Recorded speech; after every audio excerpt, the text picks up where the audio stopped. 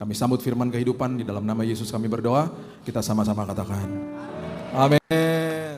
Sebentar lagi, besok tanggal 25 lah ya, pasti banyak yang open house, banyak yang besok makan-makan, ya oke lah, gak apa-apa lah, habis itu olahraga lagi.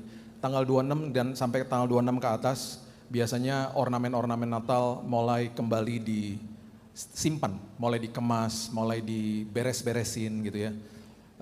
Kalau pohon Natal di rumah mama saya nggak akan diberesin sampai bulan Februari. Tapi banyak dari kita yang sudah mulai berkemas, menyimpan ornamen pohon Natal dan lain sebagainya. Pesan saya satu, makna Natalnya jangan disimpan. Makna Natalnya jangan dikemas, jangan disimpan buat tahun depan. Hidupi setiap hari. Bahwa Kristus itu hadir dan mengertilah kenapa dia hadir. Hari ini saya percaya banyak orang yang sudah Kristen dari kecil lah. Ini mungkin Natal kesekian kali sesuai dengan usiamu. Ya. Tapi mungkin juga malam hari ini ada Natal yang pertama kali bagi engkau yang duduk di sini. Selamat datang dalam keluarga besar Allah. Dan ada juga mungkin orang hari ini yang duduk di sini yang belum terima Yesus sebagai juru selamat.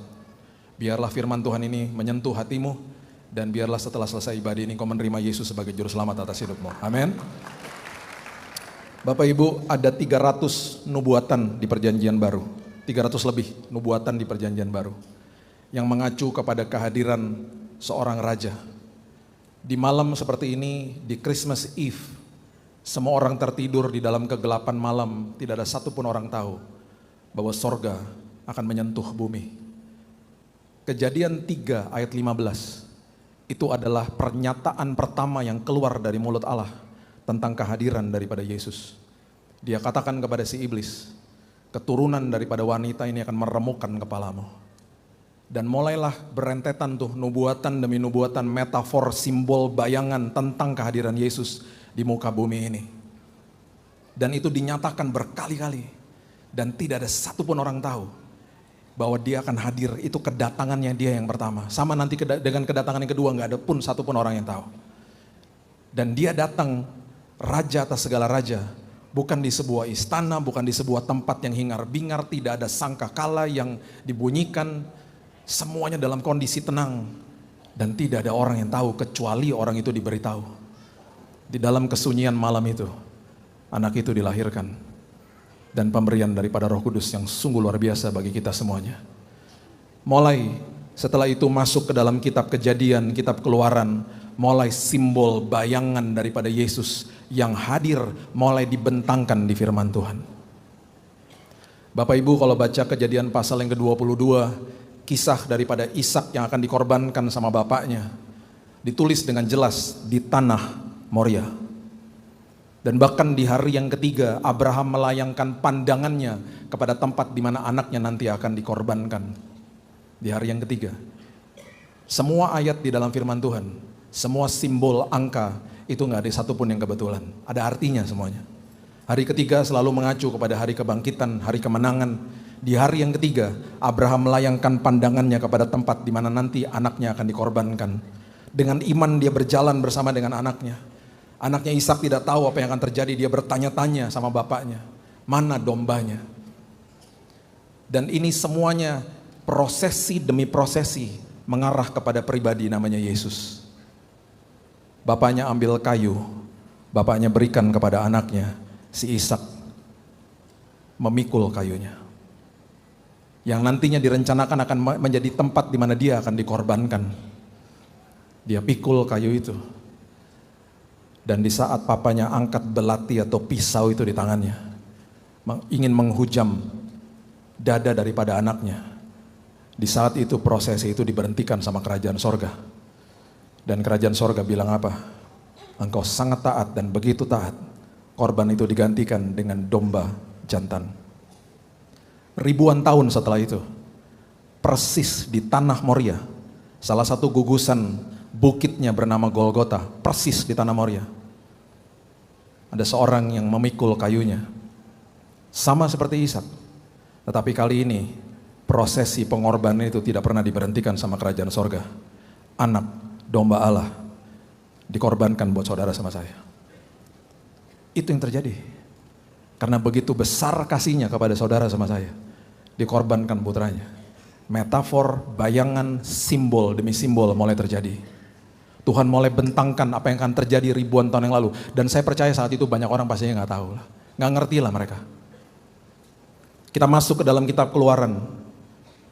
Masuk ke dalam ketika penjajahan bangsa Israel yang ada di dalam Mesir. Perbudakan terjadi di situ. Simbol daripada perbudakan dosa. Tulah yang ke-9 apa? Gelap gulita selama 3 hari. Tulah yang ke-10 apa? Anak sulung akan dibunuh. Kalau pintunya tidak dibubuhi sama darah anak domba. Prosesi demi prosesi. Nanti kalau Bapak Ibu baca di Keluaran 12, prosesi demi prosesi. Ketika anak domba darahnya itu dicurahkan, diharuskan untuk dibubuhi di 2 tiang pintu dan di ambang atas. Lambangnya apa? Salib. Gak ada yang sadar. Mereka gak sadar lah. Mana mereka tahu? Dan di saat itu kerajaan sorga mengatakan apa? Kalau engkau bubuhi darah itu, darah anak domba, pertolongan, perlindungan Tuhan akan terjadi dari malaikat maut. Malaikat mautnya untuk melihat mana rumah yang boleh dimasuki atau tidak, dia lihat darah anak domba. Ketika darah anak domba dilihat, mereka pergi. Makanya hari itu dinamakan the first passing over. Passing over, melewati, hari melewati yang pertama atau yang kita kenal hari ini namanya Paskah.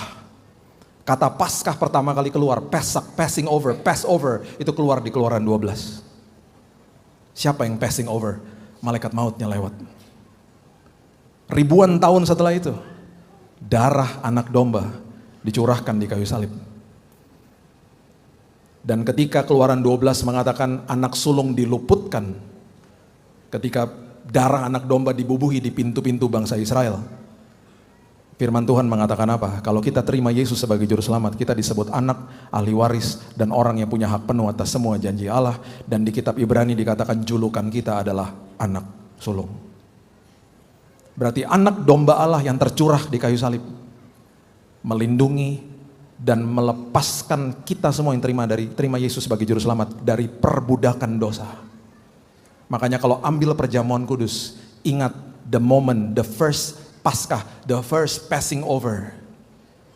Makanya di rumah sakit waktu saya kena kanker darah, kalau ngambil perjamuan saya bilang gini, Tuhan, tubuhmu tercabik-cabik di kayu salib. Karyamu sudah selesai bagi aku. Aku gak minta kesembuhan, karena aku percaya kesembuhan sudah diberikan. Aku berdoa dari posisi menang Tuhan. Dan aku percaya darahmu yang tercurah melindungi diriku. Aku bubuhi darahmu Tuhan atas kehidupanku. Dan aku percaya malaikat maut lewat Tuhan dalam nama Yesus. Selesai karyanya di kayu salib. Semua itu diberikan untuk saudara dan saya. Satu-satu, semuanya diberikan. Dan ketika kita masuk ke dalam sebuah kitab namanya Yesaya, kita akan terbengong-bengong karena kitab itu merupakan, kalau bagi saya itu seperti perjanjian baru yang ada di perjanjian lama. Itu sungguh mesianik, pesan-pesan mesianiknya sungguh dahsyat. Bahkan kata Immanuel pertama kali diucapkan, diberikan kepada seorang raja namanya Ahaz oleh Nabi Yesaya. Karena dia katakan, bos, ayolah Tuhan mau menolong Anda, tapi ditolak. Penyertaan Tuhan ditolak. Dan bahkan Nabi Yesaya bilang, Tuhan yang mau menolong Anda ini kalau saya bisa tambahkan 700 tahun lagi akan menjelma jadi manusia. Nama Immanuel pertama kali disebutkan di sana. Dan hanya diberikan kepada 2 orang, pertama kepada Ahaz, kedua kepada Yusuf. Perbedaannya 700 tahun. Kemudian kita masuk lagi ke dalam Yesaya 9 ayat yang ke-6 dengan lagu yang sering kali kita nyanyikan. Dan kalimat demi kalimat ditulis sama Nabi Yesaya, yang saya juga kalau sedang membaca dan merenungkan, saya juga berpikir, Tuhan, pasti banyak hal yang Nabi Yesaya juga bingung ketika dia nulis. Tapi semua surat, semua tulisan, semua kitab di perjanjian lama dan baru, 66 buku ditulis dalam jangka waktu 1500 tahun oleh puluhan orang yang berbeda-beda dalam kondisi kultur bahasa yang berbeda-beda. Tidak ada satupun yang kontradiktif karena sumbernya satu, yaitu Tuhan. Dan dia kasih tahu dengan sangat detail, dan waktu Yesaya tulis dia katakan anak itu dilahirkan. Dan ayat itu mengatakan dengan jelas, kasih tahu sama para pembaca dan juga kepada kita hari ini, kehidupan anak itu tidak dimulai ketika saat dia dilahirkan, karena dia sudah ada dari zaman demi zaman yang tidak bisa diberikan waktu kepadanya. Bahkan dia pun yang menciptakan waktu.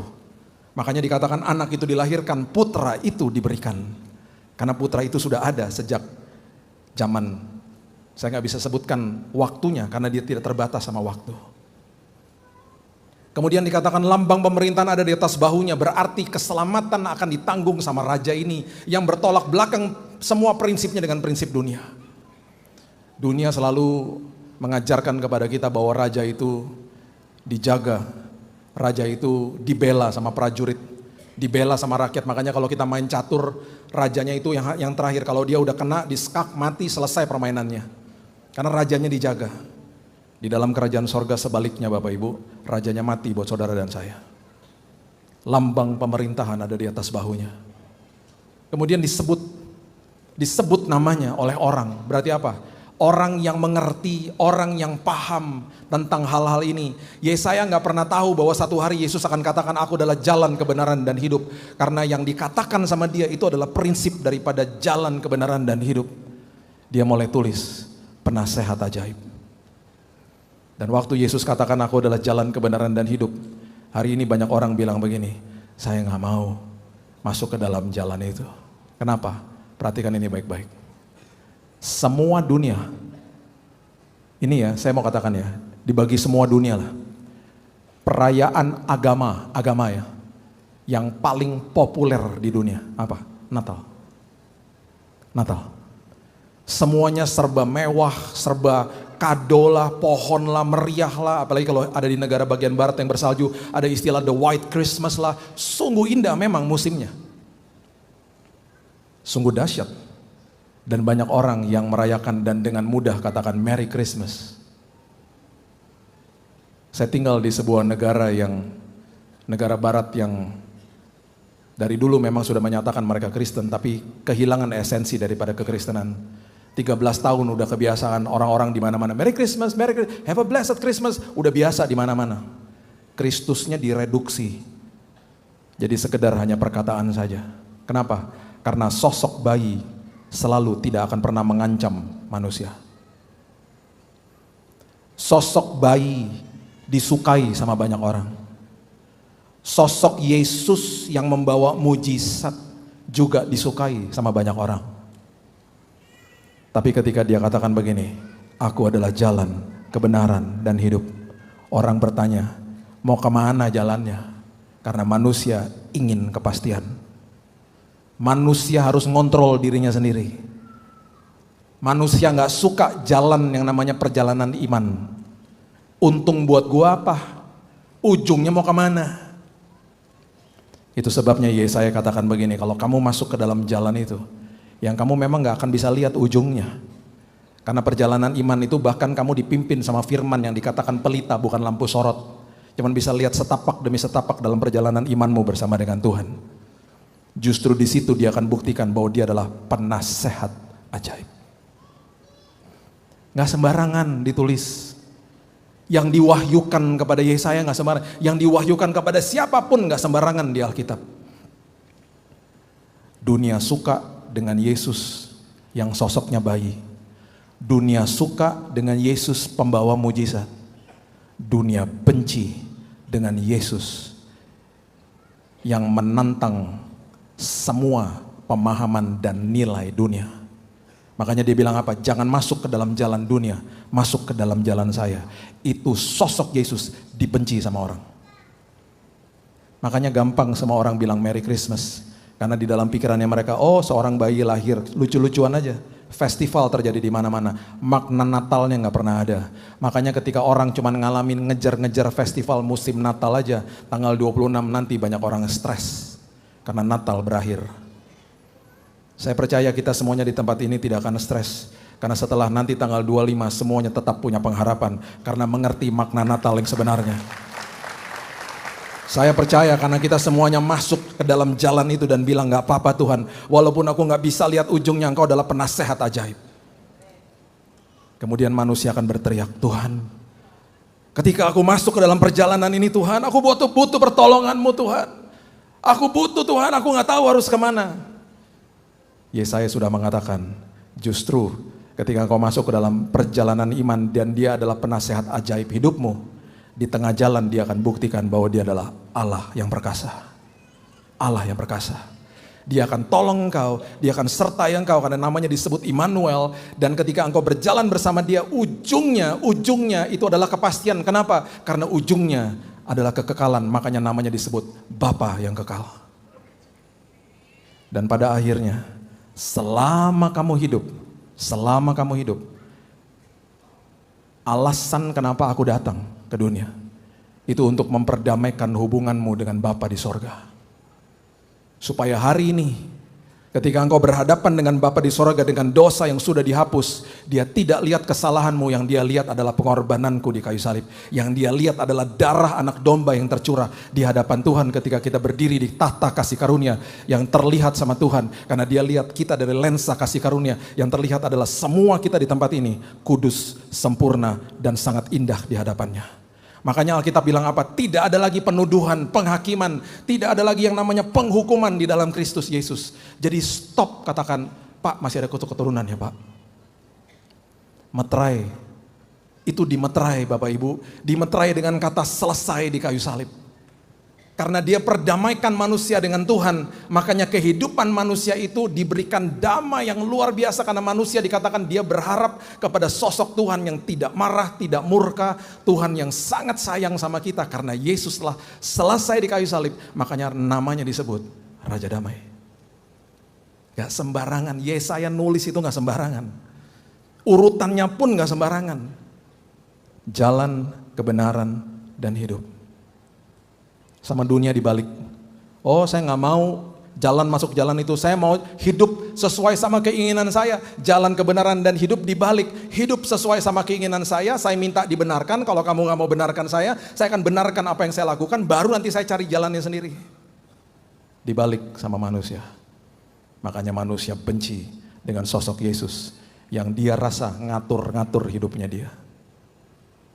Itu sebabnya hari ini yuk kita sama-sama maknai sebuah pemberian yang sungguh dahsyat dalam kehidupan kita. Dan saya percaya masa tugas kita gak lama loh Bapak Ibu. Mazmur 90 ayat 10 mengatakan usia manusia itu 70 kalau kuat 80. Selebihnya udah bonus. Itu masa tugas kita. Bahkan ada yang gak sampai segitu udah dipanggil pulang. Selesai masa tugasnya. Saya percaya nanti di detik kita menginjakan kekekalan. Di situ banyak orang yang malu kalau sampai kita diperlihatkan hidup kita hari ini yang penuh dengan sungut-sungut, yang penuh dengan komplain. Harusnya kita sadar Tuhan ini semuanya sementara. Selama aku berjalan, aku mau menikmati perjalanan iman dengan Engkau. Kekristenan bukan agama Tuhan, kekristenan adalah hubungan aku dengan Yesus. Itu sebabnya di musim-musim seperti begini, orang yang beragama Kristen kelihatan. Karena banyak orang Kristen napas toh, Natal sama Paskah doang. Karena orang yang beragama Kristen banyak, orang Kristen itu tidak sebanyak orang agama Kristen. Karena orang Kristen adalah pengikut Yesus. Orang agama Kristen sama seperti agama yang lain, dia akan berharap untuk jawaban doa. Dia dengan ritual, dengan cara-caranya dia datang kepada Tuhan, dia minta, dia berharap sama jawaban doa. Itu pun gak salah. Tapi ketika kita gak ngerti esensinya, banyak orang kecewa sama Tuhan. Makanya banyak orang ngomong gini sama saya, kok Tuhan gak adil Pak? Saya gak suka Pak sama cara Tuhan dan lain sebagainya. Itu orang agamawi. Tapi orang Kristen akan ngomong gini, saya belum dapat jawaban doa Pak. Saya berdoa, saya berpuasa, yang diubahkan saya Pak. Saya udah diberikan kelegaan, saya diberikan kepuasan walaupun saya belum lihat jawaban doa. Itu orang Kristen. Saya ngucap syukur Pak, kalau sampai kapanpun apapun terjadi Tuhan Yesus baik Pak. Itu orang Kristen. Itu orang Kristen yang sadar.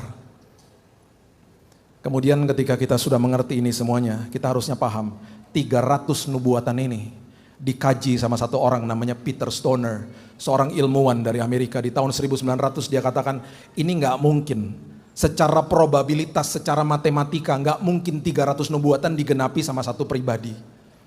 Dia mulai kaji, dan kajiannya ini di-approve sama American Scientific Affiliation. Kemudian dia kaji, dia bilang gini, kalau 8 nubuatan saja digenapi sama satu orang ini, probabilitasnya itu 1 berbanding 1, nolnya 17. Kalau mau dibendakan itu berarti koin bisa menutup provinsi Jawa Barat 3 lapis. Sebanyak itu, alias hampir gak mungkin udah. Tapi masih bisa dihitung. Dia naik ke angka 16. Probabilitas kemungkinannya 1 berbanding 1, nolnya 45 Bapak Ibu. Udah mulai tak terhingga.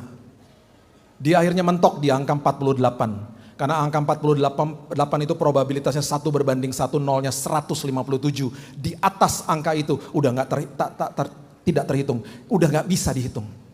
Alias dia lagi kasih tahu, dia lagi buktikan secara matematika, secara probabilitas manusia tuh nggak mungkin. Dia lagi kasih tahu sama kita bahwa semuanya sudah direncanakan sama Tuhan.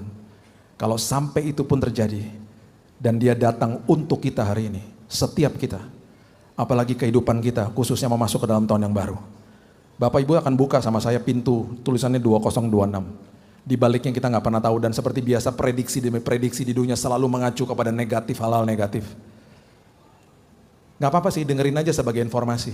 Tapi buka pintu itu nanti di malam tahun baru dengan keluargamu. Kalau bisa perjamuan kudus bilang begini, Tuhan terima kasih ya Tuhan, rancangan dan rencanamu nggak pernah gagal atas hidupku. Di dalam Tuhan selalu ada kepastian, yang sakit disembuhkan, yang berbeban berat dipulihkan dalam nama Yesus. Berjalanlah, masuklah ke dalam tahun yang baru. Doa saya perjalanan imanmu selalu diperkokoh sama Tuhan.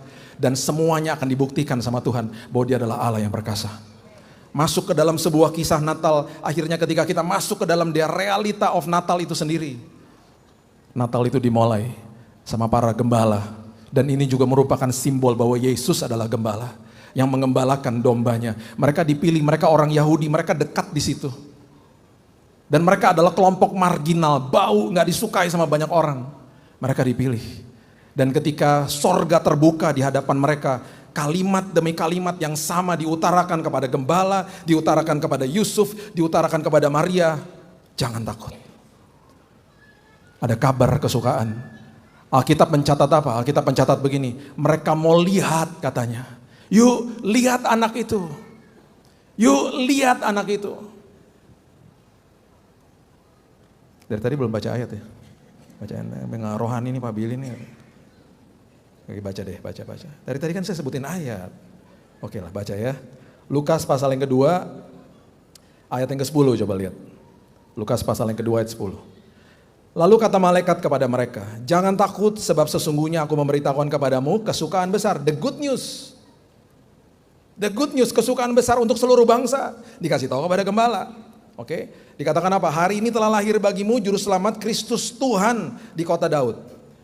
Jangan pernah mempertanyakan lagi, Yesus itu Tuhan ya Pak? Udah terlalu banyak lah. Yesus itu Tuhan. Ya, udah banyak, di Alkitab udah tertulis kok ya. Oke, kemudian lihat ini. Ayat 15. Setelah malaikat-malaikat itu meninggalkan mereka kembali ke sorga, gembala-gembala itu berkata seorang kepada yang lain, marilah kita pergi ke Betlehem untuk apa? Melihat. Perhatikan kalimat itu, kata itu. Apa yang terjadi di sana seperti yang diberitahukan Tuhan kepada kita. Waktu mereka ketemu sama Yusuf sama Maria. Enggak cuma melihat dong. Mereka akhirnya mendengar kisah yang utuhnya di situ. Pastikan ngobrol, Maria pasti kasih tahu sama dia, iya guys, aku waktu itu disamperin sama malaikat secara fisik di rumah. Aku terkaget-kaget, aku lihat sendiri sosok malaikat itu hadir, bukan di dalam mimpi seperti suamiku Yusuf, bukan. Yusuf di dalam mimpi, Yusuf diberikan kata Immanuel itu, dia juga percaya, aku dihampiri secara fisik, aku masih ada waktu merenung di rumahnya Elizabeth. Dan betul kandungan ini adalah dari Roh Kudus. Itu gembala mulai terbengong-bengong dan mereka mulai dengar kisah demi kisah secara utuh. Itu sebabnya yang tadinya mereka mau melihat. Dan ayat 17 mengatakan dengan jelas, dan ketika mereka melihatnya, mereka memberitahukan apa yang telah dikatakan kepada mereka tentang anak itu. Dan semua orang yang mendengarnya heran tentang apa yang dikatakan gembala-gembala itu kepada mereka. Bapak Ibu, mungkin kita gak berkhotbah, tapi biarlah orang di sekitarmu heran sama kesabaranmu, heran sama kemurahan hatimu, heran sama perkataanmu yang selalu membangun, heran sama semua tindakan integritasmu. Karena disitulah mereka akan bertanya, siapa sih Tuhan kamu? Disitulah mereka lihat Yesus dalam hidupmu. Kalau engkau cuma hanya melihat aja, melihat ibadah, melihat perayaan Natal, melihat festival Natal ini dan itu dan lain sebagainya, percuma. Gak akan pernah ada habisnya. Akhirnya kita cuma melihat dan kita gak pernah terjadi apa-apa sama kita. Alami Yesusnya supaya orang di sekitarmu heran ketika engkau menghidupi sosok itu. Dari satu spektrum yang sangat miskin masuk ke dalam satu spektrum yang sangat kaya, yaitu para Majus. Majus datang dari timur Dan kalau kita baca kisah daripada Majus, memang hanya ditulis di Matius pasal yang kedua. Di sini kalau ada para ketua drama bertobatlah engkau, Majus nggak pernah disebut 3. Kadonya 3, Majusnya nggak pernah disebut 3. Majusnya dibilang para Majus, mereka datang dari timur. Oke, kalau kita baca Matius pasal yang kedua ayat 1-2, mereka udah nyampe di tempatnya Herodes. Jadi seringkali nggak dibahas tentang dari mana mereka ini. Kalau diambil dari timurnya Yerusalem, Moab sama Amon itu terlalu biadab, nggak mungkin dari situ. Paling dekat itu Persia sama Babel. Persia itu penyembah berhala, Bapak Ibu. Ada kemungkinan mereka ini ex penyembah berhala. Dan kalau sampai mereka datang dari Persia yang udah paling dekat itu jaraknya 1.200 kilo. 1.200 kilo itu ditempuh dalam waktu 3 bulan. Persiapan logistiknya 1 bulan. Hari ini kalau kita mau ketemu, kalau kita mau berangkat pergi ke Bali, mau liburan dan lain sebagainya, kita punya aplikasi namanya tiket.com, kita punya Traveloka dan lain sebagainya, betul? Saya nggak endorsement ya. Saya memang pakai itu, cuman saya nggak endorse. Gampang toh, tinggal bilang sama teman, Bali yuk, kapan minggu depan ada tiket murah nih, yuk. Semua begitu gampang. Naik pesawat 1,5 jam nyampe. Jakarta Surabaya 900 kilo. Jakarta Bali mungkin more or less 1.200 kilo. 1,5 jam nyampe naik pesawat. Sekarang kita naik bus ke Bandung 30 menit. Teman saya pertama kali naik bus dia pesan bisnis kelas. Setelah selesai dia turun dari kereta dia marah-marah sama saya. Gue gak akan lagi naik bisnis kelas. Kenapa? Baru gue nikmati udah nyampe. Ya lu ngapain lagi bisnis kelas gaya, so gaya. Iya udah mahal-mahal udah nyampe 30 menit. Semuanya serba cepat hari ini. Jadi gak mungkin kalau Majus ngomong sama temannya berangkat, dia ngomong kayak gini, bro Yerusalem yuk. Berapa jauh? Ya sekitar 1.200 kilo. Berapa lama tuh? Ya 3 bulan. Seru juga ya, yuk. Gak mungkin. Tidak mungkin. Keledai, kuda, onta. Jadi kalau mereka gak dapat pernyataan Tuhan di timur dan bintang itu adalah konfirmasi, gak mungkin mereka berangkat. Mereka terlalu pandai, the Magis, mereka adalah orang yang penuh hikmat dunia pastinya. Saya percaya kalau sampai ada 3 yang berangkat, kalau sampai ya 3 ya, itu berarti ada sebuah kunjungan kerajaan dan mereka mulai ngobrol dan beberapa dari mereka menyatakan mereka dapat penglihatan yang sama. Catat ini baik-baik, orang Majus tidak pernah tahu bahwa mereka harus ke Bethlehem. Mereka tidak tahu bahwa mereka harus ke Bethlehem. Mereka ambil resiko berjalan 3 bulan. Dan ingin tanya sama Herodes, ini masalahnya bukan cuma dari Bekasi ke Kelapa Gading, tanya aja di tengah jalan ntar gimana nggak ada apa-apa tinggal pulang. Ini 3 bulan, udah sampai 3 bulan di sana kalau Herodes bilang nggak tahu, pulanglah mereka. Dan catat ini baik-baik, para ketua drama catat ini baik-baik. Kalau kita baca buku sejarah tentang mereka, kalau satu berangkat, rombongannya 40 Bapak Ibu. Jadi nggak mungkin dong mereka berangkat sendiri, kan mereka kaya. Kan harus ada yang kasih makan hewannya, harus bawa kadonya buat Yesus, itu bahasa aslinya karung loh ya, bukan kotak kecil ya. Mereka bawa karung isinya emas, kemenyan dan mur. Mereka bawa pakan buat hewannya, bawa tenda, kan gak ada rest area. Mereka bawa semuanya, is a logistic nightmare. Jadi persiapannya aja sebulan. Jadi kalau mau taruh 3 Majus di atas ini berarti harus ada berapa orang? 120. Makanya beberapa tahun yang lalu saya kasih tahu ini kepada beberapa gereja, pagelaran Majus dibatalkan. Pak, 3 Majus jahit baju mahal Pak. Kalau 120 kas gereja tekor Pak katanya. Oke, udah ya, kita udah ngerti ya maksudnya ya. Jadi mereka perjalanan iman nih ya. Sekarang baru baca ayat 1 dan 2, coba lihat ini. Sesudah Yesus dilahirkan di Bethlehem di tanah Yudea pada zaman Raja Herodes, datanglah orang-orang Majus dari timur ke Yerusalem, bertanya-tanya kepada Herodes, di manakah dia raja orang Yahudi yang baru dilahirkan itu? Kami telah melihat bintangnya di timur, kami datang untuk menyembah dia. Herodes langsung insecure. Herodes ini orang Idumea, orang Edom, dipekerjakan sama kerajaan Romawi untuk menjadi raja di situ. Ini kayak pionnya lah. Ini orang insecure loh. Dia bunuh keluarganya karena mengancam kedudukannya. Waktu dia dengar ada raja orang Yahudi, makin insecure. Makanya anak di bawah 2 tahun mau dibunuh sama dia. Dia kaget. Dia nggak tahu. Makanya ayat yang ketiga mengatakan ketika Raja Herodes mendengar hal itu, terkejutlah ia beserta seluruh Yerusalem. Ini pasti deg-degan 120 rombongan ini.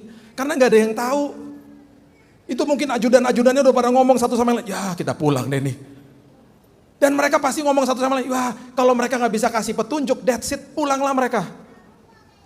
Bapak Ibu, ayat yang keempat, itu kalau bukan perkenanan Tuhan dan pernyataan Tuhan gak mungkin.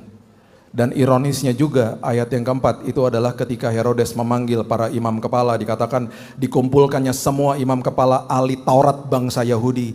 Lalu diminta keterangan dari mereka di mana Mesias akan dilahirkan. Yang ditanya tuh apa? Yang barusan saya bahas. Nubuatan-nubuatan di perjanjian lama. Ada nggak yang mengacu kepada hari itu yang menyatakan bahwa ada seorang raja bangsa Yahudi yang baru dilahirkan? Imam kepala sama ahli Taurat pun aja nggak tahu. Padahal mereka yang baca tuh buku perjanjian lamanya mereka ya sama seperti kita. Ditambah lagi beberapa buku yang lain. Itu yang mereka baca, mereka aja nggak tahu, mereka nggak mudeng. Tapi saya percaya perjalanan iman itu luar biasa. Tuhan akan menuntun anak-anaknya, orang-orang yang dipilih sama Tuhan, bahkan dipertemukan dengan orang-orang yang tepat untuk dibawa kepada tujuan yang tepat. Dan itu sebabnya saya percaya ayat yang keempat terjadi. Dan mereka mungkin masuk ke dalam ruangan itu. Dan semua 120 itu duduk di situ dan mungkin deg-degan karena kalau ahli Taurat keluar dan bilang gak ada tulisan-tulisan yang mengacu kepada hari itu, pulang semuanya. Makanya ayat yang kelima saya percaya mereka berteriak Bapak Ibu, mereka berkata kepadanya di Bethlehem, ketemu bos, ini ada ditulis nih di sini di buku Mika. Dan itu ada di Alkitab kita. Jaraknya cuma 8 kilo dari Yerusalem, di Bethlehem dekat sini. Di tanah Yudea, karena demikian ada tertulis dalam kitab Nabi, mereka kutip Mika pasal yang kelima ayat yang kedua, dikatakan engkau Bethlehem, dibacain sama mereka, tanah Yehuda, engkau sekali-kali bukanlah yang terkecil di antara mereka yang memerintah Yehuda. Karena daripadamu akan bangkit seorang pemimpin akan menggembalakan umatku Israel. Itu 120 rombongan jingkrak-jingkrak pastinya. Mereka dipertemukan dengan orang yang tepat. Mereka dipertemukan dengan kesempatan yang tepat untuk dituntun sama Tuhan kepada tujuan yang tepat. Sama seperti saudara dan saya. Di 2026 kita akan dipertemukan dengan orang yang tepat. Dengan kesempatan yang tepat. Untuk dibawa kepada tujuan yang tepat. Karena itulah perjalanan iman kita. Dan ayat 11 mengatakan mereka masuk ke dalam rumah itu. Dan melihat anak itu bersama Maria ibunya. Sujud menyembah dia. Membuka tempat harta bendanya. Perhatikan tempat harta benda itu karung bahasa aslinya. Mempersembahkan emas, kemenyan dan mur. Kembali para ketua drama bertobatlah engkau. Orang Majus gak pernah ke palungan. Orang Majus ke rumah, Yesusnya udah jadi anak, Yusufnya gak disebut, mungkin lagi kerja. Jadi Bapak Ibu bisa bayangin betapa sedihnya saya ketika melihat Majus bawa kotak kecil begini, cuman 3 lagi. Cuman 3, lihat-lihat bintang di panggung nih ya. Terus masuk ke palungan, kasih hadiahnya di depan Yesus, sebelahnya ada gembala, ketemu sama gembala. Mereka gak pernah ketemu sama gembala. Udah duduk ketemu sama gembala, hai-haian lagi, hi guys, gembalanya gini, hi Jus gitu. Gak pernah, mereka tidak pernah ketemu sama gembala. Mereka ada di tempat yang berbeda, di waktu yang berbeda. Dan waktu mereka memberikan emas, kemenyan dan mur juga pasti mereka deg-degan. Emas oke lah, emas itu lambang raja. Dipakai sama Maria sama Yusuf, saya percaya ketika mereka kabur ke Mesir. Waktu mereka mau kasih kemenyan, di situ mereka pasti deg-degan. Ngapain ngasih kemenyan? Di situ mereka mungkin lihat-lihatan, mereka bilang ini kasih nggak ya, kasih nggak? Mereka bilang udahlah kasih aja. Kita udah dituntun sama Tuhan lewat perjalanan iman kita, pasti mereka terima. Tapi apa maksudnya?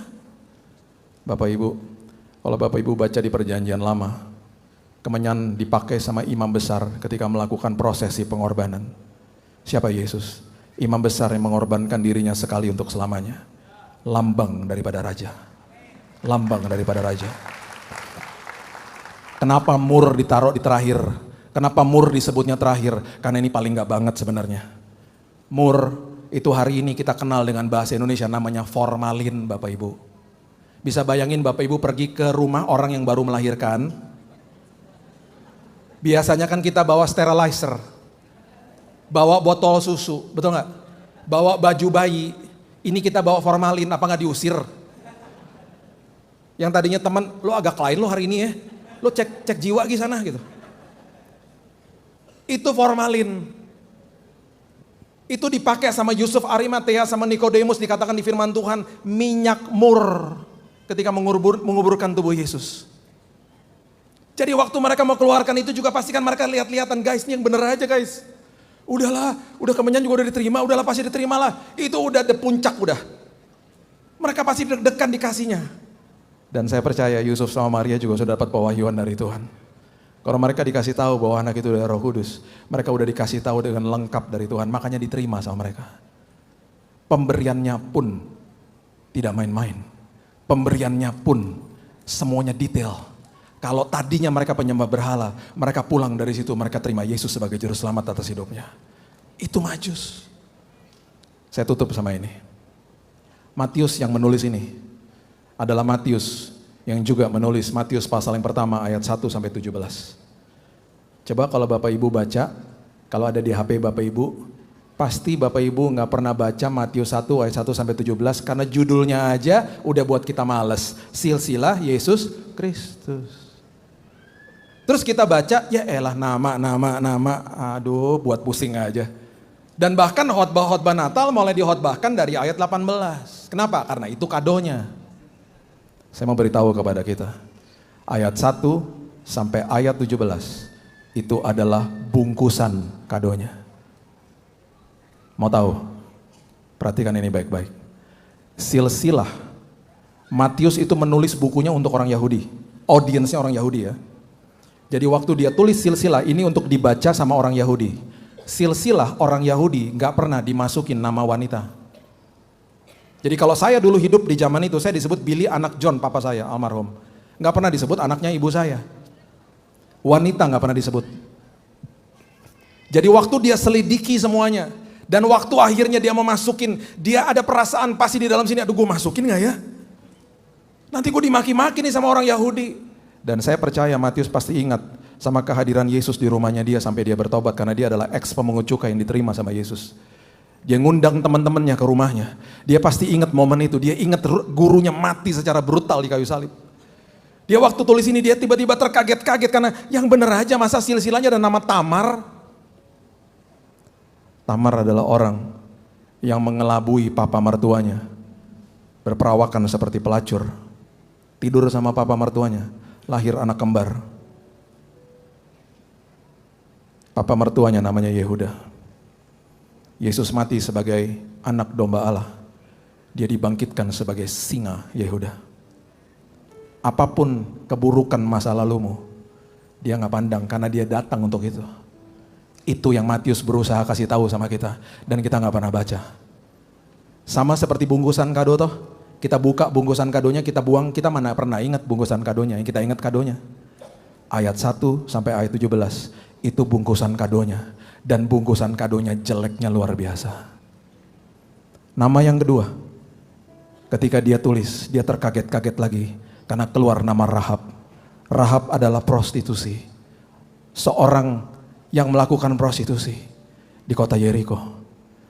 Dan ketika dia menurunkan mata-mata orang Israel dari tembok Yeriko, itu talinya disebut tikvah, kata pengharapan, kata eternal hope, pengharapan. Pertama kali disebut itu di kata tali itu yang namanya tikvah. Terjadi sama siapa? Seorang pelacur. Yang ketiga dia juga terkaget-kaget karena Ruth itu bukan orang Yahudi, orang Moab. Yang keempat mungkin dia gak enak nulis namanya. Karena di awal di ayat 1 dia udah tulis Yesus itu anak Daud. Dia terkaget-kaget, ya ampun Daud, lu kenapa selingkuhan sama Betsheba? Masa gua harus tulis juga? Dia gak enak, dia mungkin gak enak dia tulis istrinya Uria. Ntar di sini saya WhatsAppin si Matius ya, saya mau tanya, kenapa lu? Dan nama yang kelima, Maria. Orang yang tidak diperhitungkan. Bapak Ibu, angka 5 adalah angka kasih karunia. Nama-nama ini dimasukin sama dia.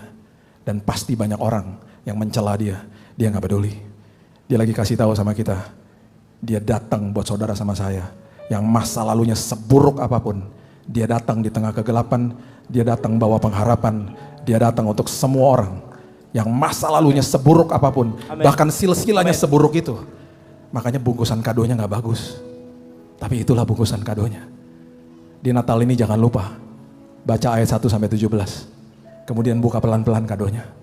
Dan bilang terima kasih Tuhan. Karena Engkau, aku punya eternal hope. Karena Engkau, pengharapanku tidak pernah mengecewakan. Amen. Berikan tepuk tangan kita untuk Tuhan kita.